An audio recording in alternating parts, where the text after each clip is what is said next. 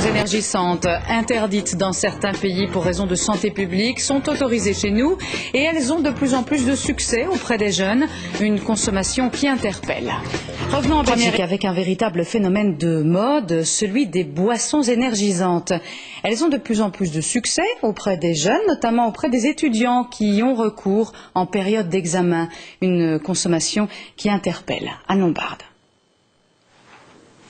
Courage, un petit mot qui en dit long, et oui, l'heure est aux examens, et l'ambiance ici est on ne peut plus studieuse, avec dans les tasses de Clio, Élise, Donatienne et Émilie, de l'eau ou du thé, c'est de plus en plus rare, mais ici, les boissons énergisantes n'ont pas la cote. Moi, je suis déjà assez réactive et émotionnellement, et je crois que ça stimule un peu trop.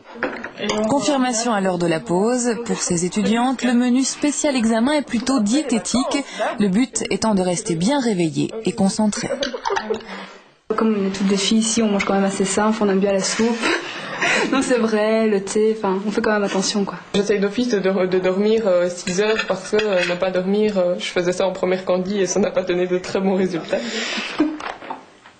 Ici, par contre, les nuits courtes et les nuits blanches, certains connaissent bien.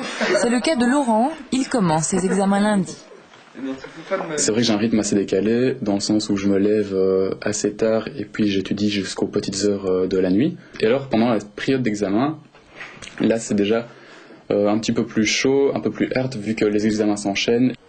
Conséquence, Laurent a constitué une petite réserve de boissons énergisantes au cas où, et il n'est pas le seul, un grand nombre d'étudiants aujourd'hui usent et abusent de ces canettes. En cause, pour Univers Santé, le marketing très agressif de certaines marques qui font des étudiants leur public cible.